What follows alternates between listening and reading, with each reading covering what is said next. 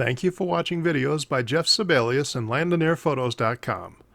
It's December 2019. If you're watching this video, you're probably thinking of buying a Mavic Mini for yourself or as a gift for someone else. Do you want to find this drone under your Christmas tree? Watch this review to find out.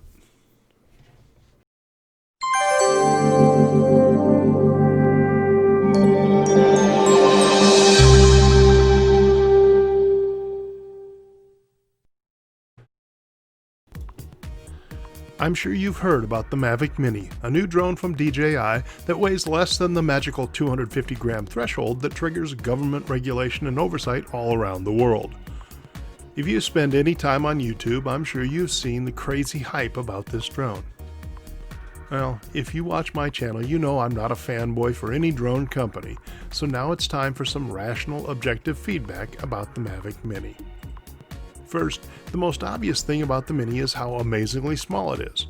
To give you some sense of perspective, here's the Mavic Mini next to a Phantom 4 Pro. Don't see it?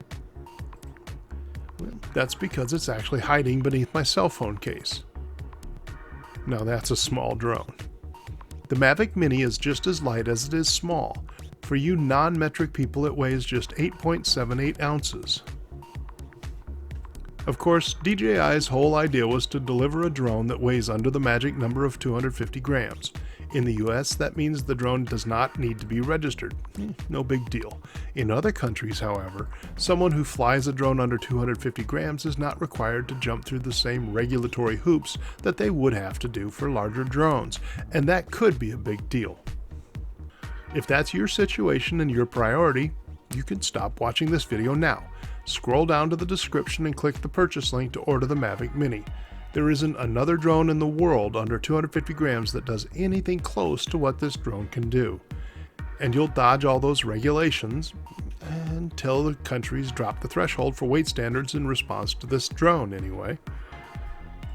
So who else is DJI targeting with the Mavic Mini? Well, it's inexpensive and simple to fly with its stripped-down control app, so it targets the entry-level flyer.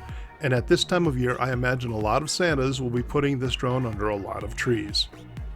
And its size allows you to fit it in your camera bag, so it's a great travel drone. Okay, that's all great, but the lightweight and small size means DJI had to make compromises with the Mavic Mini. First off, the Mini doesn't have an obstacle avoidance system. This is a big omission for a drone that is clearly targeted to beginners. The Mavic Mini also has screw-down props. These aren't as convenient as self-locking props, but I'm sure they help to bring the weight and the cost down. You do get a tool with the Mavic Mini to change props, but this is just something else to carry around in your case. The build quality is not what you expect from DJI drones. It's made out of thin, flexible plastic. Now, some have suggested that the Mavic Mini will be fragile, but I think the flexible plastic coupled with the light weight will allow the Mavic Mini to handle crashes pretty well. It's just as likely to bounce as it is to break. The controller also has a thin plastic feel with no telemetry screen built in, again compromises. The sticks are plastic, but I actually prefer how they feel on the Mini compared to the sticks on the Mavic Air. I got the Fly More combo, which includes 2 extra batteries, a charging hub, and a case. It's worth every penny of the extra $100 it costs over the base price. Charging batteries one at a time with a USB cable will be a lot slower than using the hub. You'll be glad you upgraded every time you charge. And the case is actually big enough to hold everything you need to fly other than the smart device. So, build quality is one of the compromises you make with the Mini. It's about what you'd expect from a $400 drone under 250 grams. Now let's talk for a minute about how the Mavic Mini flies.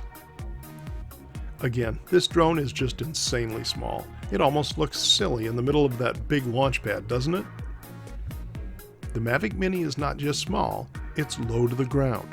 Notice on this shot, even though I was on a launch pad, the grass underneath still pushed up enough to affect the gimbal prior to takeoff. You will have to pick your launch and land spots carefully to avoid damaging your gimbal. Not surprisingly, the Mavic Mini is very quiet. I was unable to hear it after it flew 400 feet away. By contrast, in the same shooting environment, I could hear the Phantom 4 Pro at 1,000 feet away. Listen to the sounds of different drones. Here's the Mavic Mini hovering. Here's the Typhoon H hovering.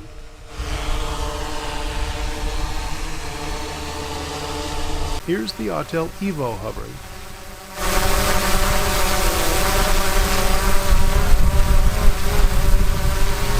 And here's the Phantom 4 Pro hovering.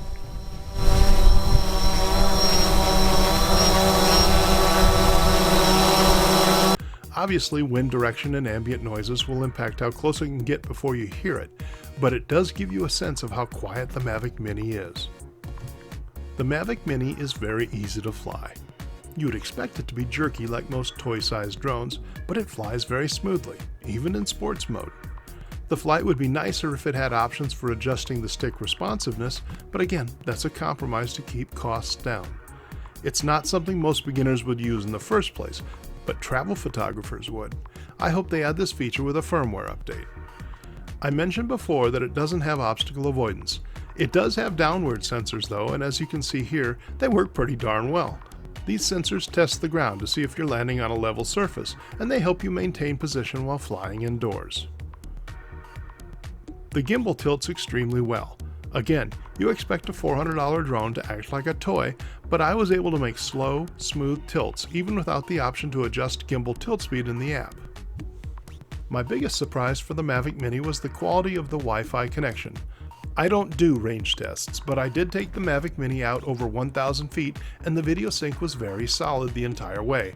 I did experience occasional glitches in the video sync as you can see here, but they were very minor and there was never a problem with maintaining control of the aircraft. I'm amazed at how good the connection was on this $400 drone. Not so surprising was how the Mavic Mini handled wind, which was the first thing I thought of when I heard about the Mini in the first place. My concern about the Mavic Mini were twofold. First, I was concerned about being able to control the aircraft in wind. The second concern was what kind of jitters and shakes would you find in the video you shot in windy conditions. I tested the Mavic Mini in winds up to 10 to 13 miles per hour. I never lost control of the Mini in these conditions, but as you can see here, it did jump around some.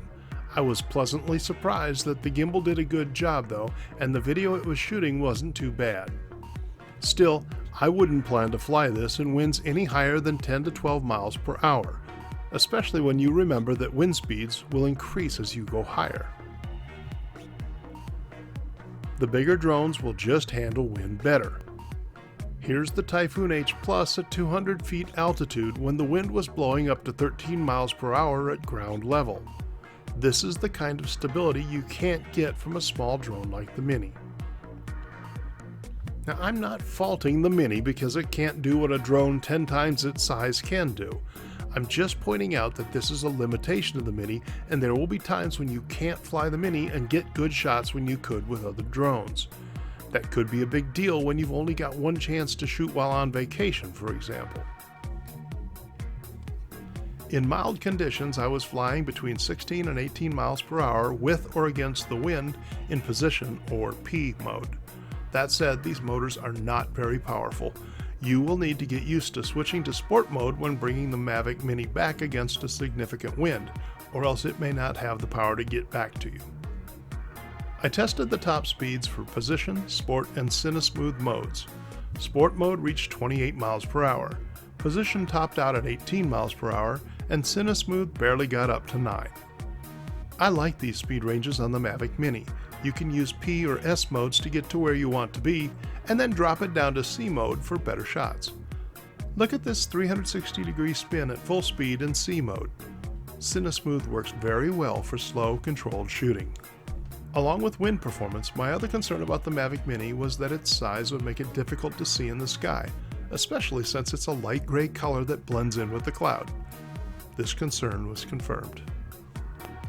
On a sunny day, I kept my eyes on the Mavic Mini as I flew it straight out, letting go of the stick when I couldn't see it anymore. I lost sight of it at about 690 feet. On a cloudy day, I was able to see the Mavic Mini out to 900 feet, which was surprising given its light gray color. I'm completely at a loss to explain why DJI produced this drone in a light gray plastic rather than something dark that would contrast against the sky. For a company that pretends to care about safety, this was a really, really stupid decision. As you can see, the footage from the Mavic Mini is remarkably good for a $400 drone. I've seen a lot of sample videos from Mavic Minis, and they seem to consistently meter a little bright, so I dropped the EV compensation down to -0.5 and got a nice exposure. Looking at this test of the gimbal, you can see that the rectilinear lens does a terrific job of keeping the horizon straight and avoiding the typical wide-angle barrel distortion. There are no white balance or picture settings in video. I think DJI tried to find a good middle-of-the-road level of saturation and contrast with the Mavic Mini's video so people could post it in Facebook without color grading, and I think they did a very good job at this. Not having control of white balance can cause problems though. Look at these shots I took in a single flight at dawn. You can see the white balance changing back and forth throughout the flight, and I had no control of this. These kinds of fluctuations can ruin some of your shots. The DJI Fly app does have an exposure lock that's easy to use. I tested the lock and it worked great at freezing the exposure so you don't get light blooming in your shot. Here's how it looks without exposure lock.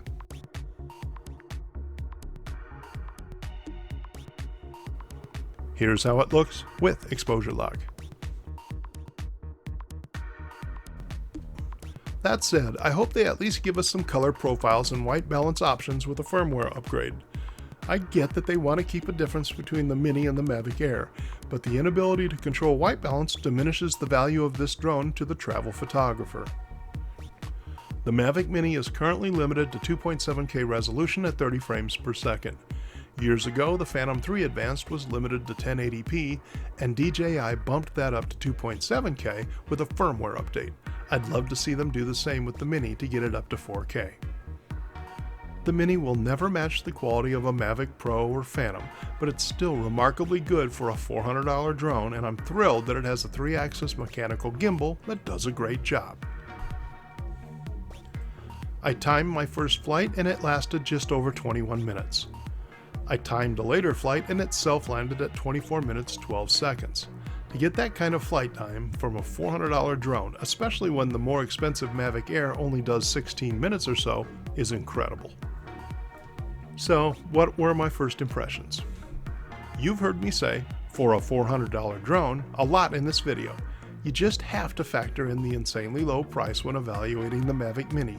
To compare it to a Mavic Pro or Typhoon H would just be unrealistic.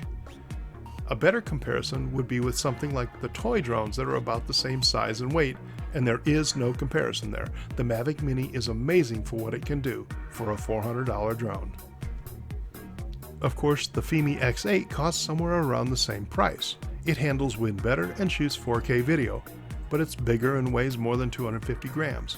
Further, you can only get the FIMI from mail-order companies like Banggood, and I really question how you would get it serviced if something broke on it.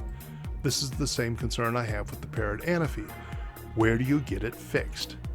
This is no problem with the Mavic Mini. You can get DJI drones fixed anywhere.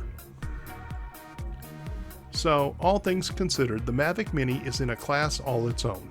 DJI has managed to position this drone in a lane that no other drone occupies. So who is the Mavic Mini right for?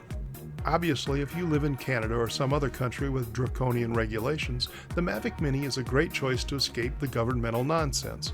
Just expect the governments to change the rules soon. So what about the other people who are considering the Mavic Mini? I think I'd sum it up as, it's an excellent solution for new pilots and travelers with some key limitations you need to keep in mind. Okay, the Mavic Mini is easy to fly and inexpensive, so I can see a lot of newbie pilots using it to get started. From an operational standpoint, I think it's great for beginners. Great Wi-Fi connection you can rely on, smooth flying for a small drone, shoots respectable images, easy to carry around, and at that price I can see a lot of parents getting these for their kids who want to start flying.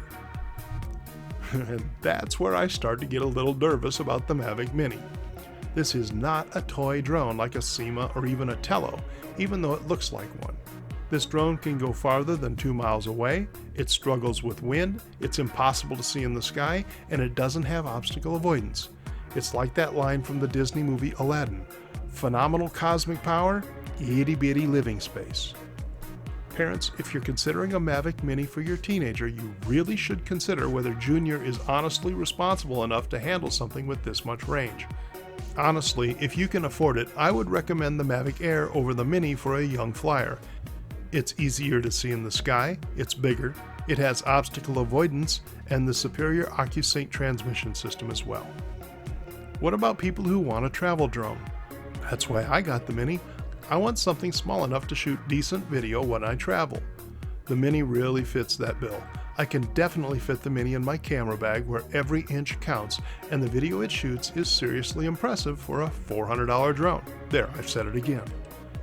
That said, I really want more photographic control with the Mavic Mini, including 4K, and I need to test it more to see how much wind it can really handle. That will determine whether the Mavic Mini goes to Italy with me next year, or if I take my normal travel drone, the Autel Evo. So those are my first thoughts on the Mavic Mini. Overall, it's a great little drone with remarkable capabilities for its size and price. Can you fly within its limitations? Can you live with its point-and-shoot camera at 2.7K resolution?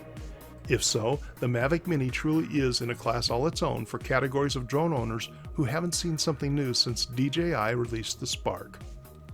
If you want to get the Mavic Mini, click the link in the description below and buy direct from DJI. I plan to publish some tutorials on how to use the Mavic Mini, how to set it up, how to fly your first flight with it, and more.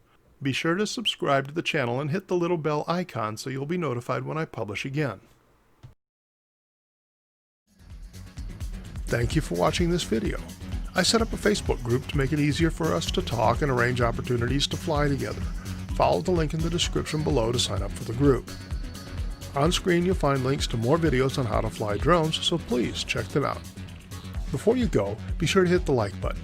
Also, subscribe to this channel so you know when more videos are released. Thanks for watching.